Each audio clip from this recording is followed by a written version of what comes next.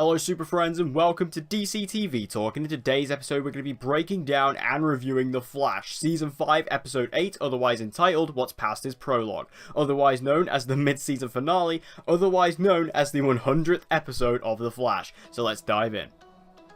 So our team at the end of the last episode was able to identify the identity of Cicada, and with that they need to actually find a way to capture him and capture Orland Dwyer, but obviously it's a bit troubling to do that given the fact that he has a metahuman dampening dagger, so Barry can't exactly just run in there and get him. So what Nora does is she comes up with this plan that they can actually use to go and collect all these different ingredients to make a new weapon that is able to overpower Cicada's and therefore stop his power and actually give our heroes their powers in order to capture Cicada. But how are they going to do that? Well, they're going to have to go back in time in order to collect all these different ingredients from different time periods from the Flash's life in order to get the right pieces to put all this together. Now, can I just say, Ralph, you and I are on the exact same level, my friend. You are my spirit animal. You know, as soon as Barry and Nora are just running through the time vault, going to back in time, and he plays Huey Lewis in the News, Back in Time over the radio. Absolutely perfect. I loved hearing that song in this. Really made me laugh. It was perfect. I've been waiting for the Flash to do that, and they finally did it. So the first place that Nora and Barry go back to is Season 3, specifically the finale of Season 3, where we saw all of Team Flash go up against Savitar. Now, we don't actually necessarily see Savitar in this episode, we just get the suit in this episode, and it is just basically replayed clips of the Season 3 finale. But it was really cool to go back here, because obviously Savitar was quite a terrifying villain, really, especially in the early parts of Season 3.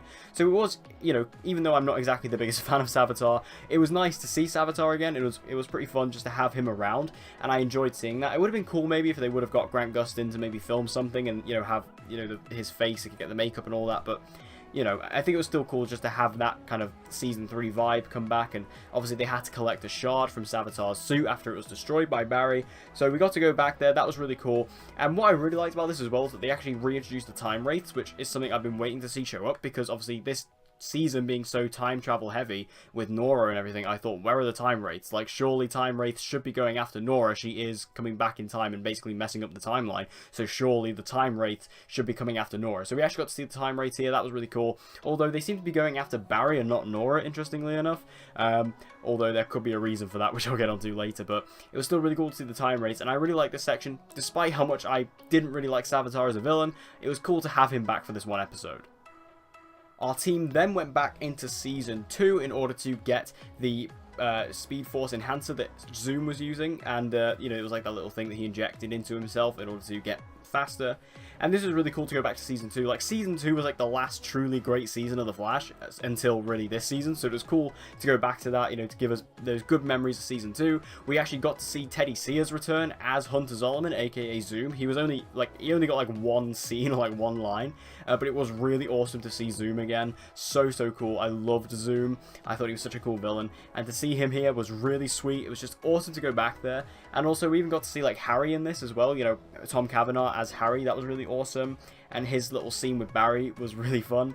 I enjoyed all that. So going back to Season 2, again, awesome, and they managed to get that little piece of technology they needed to complete, or to further complete their new technology piece, and I just really enjoyed going back to Season 2, especially just seeing Zoom again was really awesome, and especially when they're running, you know, through the Speed Force, and Zoom is chasing them through the Speed Force. That was fun. That was cool, and the Time Wraith actually comes out and actually is managing to get Zoom and take him out of the Speed Force once again. What that means, I don't know. I mean, I think, you know, in terms of a lot of the things in terms of the timeline in this episode, you just need to forget about. Like, you just need to, like, not think about it, because technically that Time Wraith would, you know, maybe turn Zoom into Black Flash, and then does that mean that Black Flash comes about earlier than he did in the original timeline? You know, we have so many questions like that in this episode, but I'm not going to even go into any of them, because I just don't think they matter. And unfortunately, they actually get spat out of the timeline and out of the Speed Force, and this causes the technology they've been building to break, so they need someone to go and fix it. So who did they go to? None other than Eobard Thawne, the Reverse Flash, played by Tom Cavanaugh. So this is like the Wells-Abard, Harrison Wells version of Reverse Flash we had in Season 1, and we get to see him go and talk to him and actually get him to try and fix this technology, and this scene was brilliant. I love seeing this, especially because Nora looked so so scared of Reverse Flash, and obviously there may be a reason for that, which we'll get onto, but I just loved seeing Tom Cavanaugh back again as the Reverse Flash. It was awesome having him in Crisis on Earth X last year, but seeing him here back on The Flash in particular was really sweet. It was awesome. His dialogue was great. His mannerisms were perfect. He even called Nora Dawn, which I wonder if that's going to come into relevance or if that was just an Easter egg. I'm not sure, but I think that was really awesome that we actually got that reference. That was sick. And also just seeing him just smack talk everyone, like he even Reverse Flash was taking the piss out of Savitar. That's when you know that Savitar was a bad villain. Even Reverse Flash was taking the mick about his pizza face. Like he literally said pizza face, and I found that hysterical. So just having Tom Cavanaugh getting to play the Reverse Flash once again was so much fun. I loved having him here. Just seeing him interact with both Barry and Nora was a very unique experience, something I didn't really expect to see, but I loved every second of it. And in order to complete this little amalgamation of all these different things, Barry and Nora went back to the night of the particle accelerator explosion, the thing that started all of this, and we actually get to see them actually be there for the particle accelerator in order to get dark matter into this little thing. And this is when it all goes off. We get to see the DeVoes here, we actually get to see them, we get to see Barry and Iris, we get to see Harrison Wells, we get to see Cisco, Caitlin, Ronnie. It was really awesome to go back to this night. And I thought it was really sweet just to have this, and also to be in the time vault. Like, we get to see Barry talk to Gideon, which was actually a thing we didn't get too much. Like, given the fact that Barry had created Gideon, you know, or he does in the future, we never really see Barry and Gideon actually talk that much, especially because Gideon's such a big part on Legends. So it was really awesome to see Gideon and Barry actually interact, and even Nora and Gideon. That was really cool.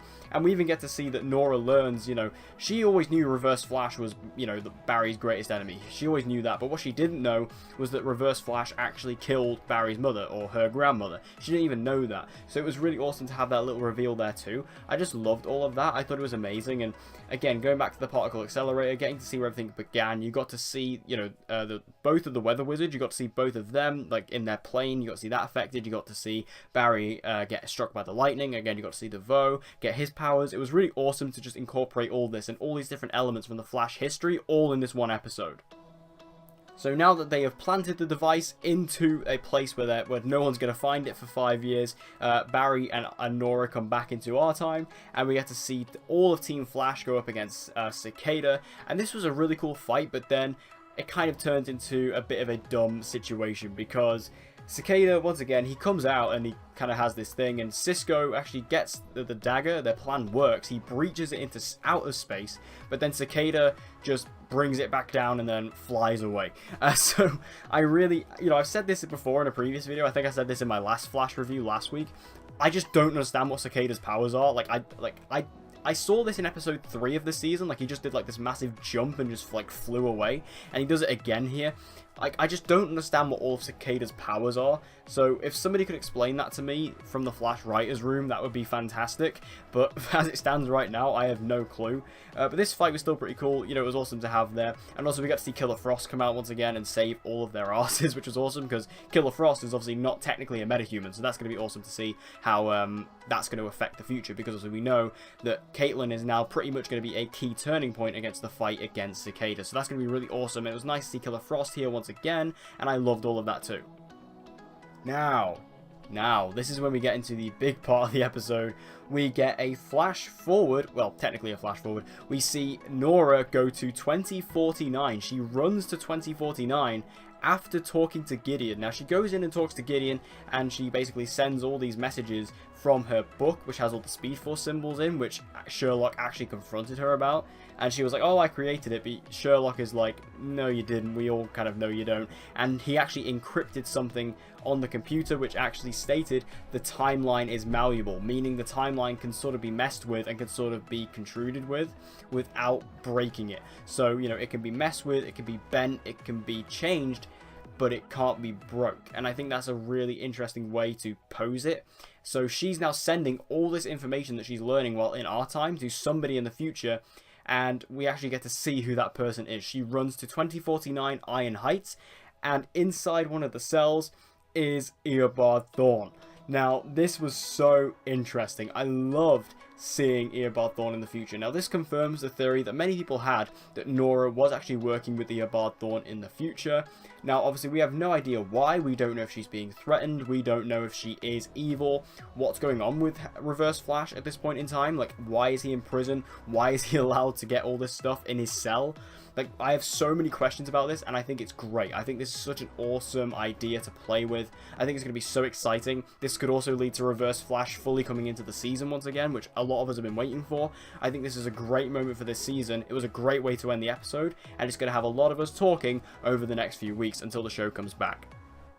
Overall, given that this was the 100th episode of The Flash and also the mid-season finale, I think that this episode served both purposes so well. Not only did this episode give such good gratification to the show's history, in the sense that we got to go back to Season 1, we got to go to Season 2, we got to go to Season 3, and even a little hint of Season 4 with the DeVoes. It was just really awesome to explore the show's history. We even got to see Teddy Sears come back as Zoom. That was so much fun. I loved all of that. And it was awesome to have all of these elements coming together for this 100th episode. I mean, you guys know how much I love the 100th episode of Arrow, and, you know, I think the same can be applied here for The Flash. It was so awesome to have this episode, and the way it acted as the mid-season finale as well, you know, the way that this episode, unlike the Arrow one, was actually so heavily connected to the story, is really well written in that way. And I think that this season is proving itself that while we may have had a couple of mini stumbles with Season 3 and Season 4, Season 5 has really built itself up to maybe be one of the best seasons of The Flash. So thank you guys for watching this video. I hope you enjoyed it. If you did, please give it a like. It'll help me out a lot. And share this video with anyone and everyone you know who loves DC TV and get them to join the community. And as always, guys, please subscribe for all of your latest content on Supergirl, The Flash, Legends of Tomorrow, and Arrow. And with all that said, guys, hope to see you again in my next video.